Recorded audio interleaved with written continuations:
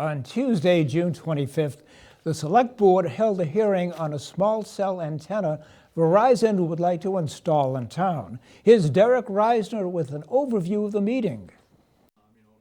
Verizon Wireless has identified coverage and capacity gaps in its wireless network for the town of Needham. Therefore, it petitioned the Select Board to grant a license for a small cell antenna that will be located near 228 Brookline Street. In the past, any such antennas in the town of Needham required a setback of 50 feet from homes and 20 feet from driveways.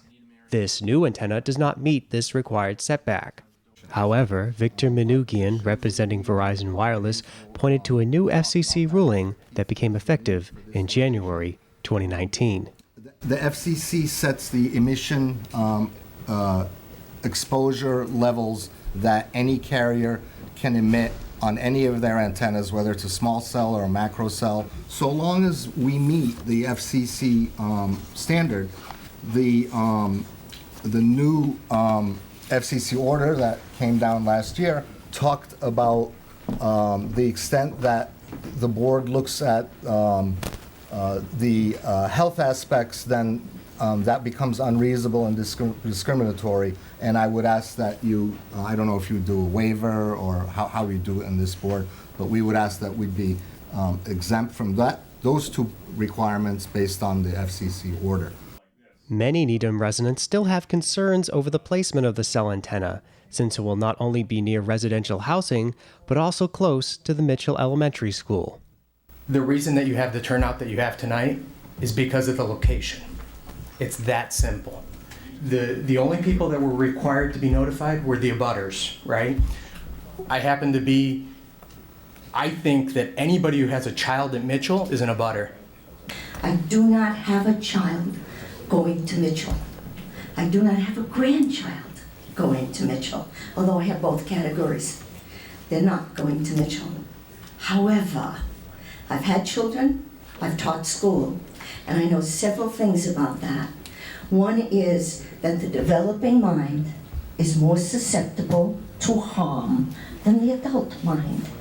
And what's true of the adult mind for exposure may not be true for the developing mind. Despite the FCC and an independent Verizon consultant stating that there would be no health impact from the cell antenna, the Needham Board of Health said that they had doubts about their claims and needed time to do their own research.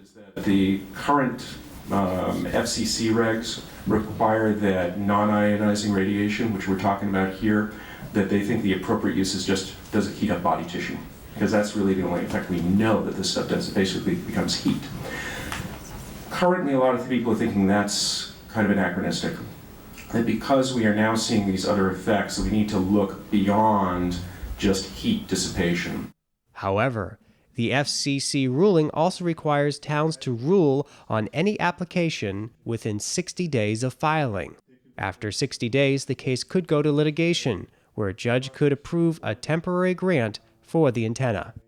I think that the logical thing to do is to continue the hearing.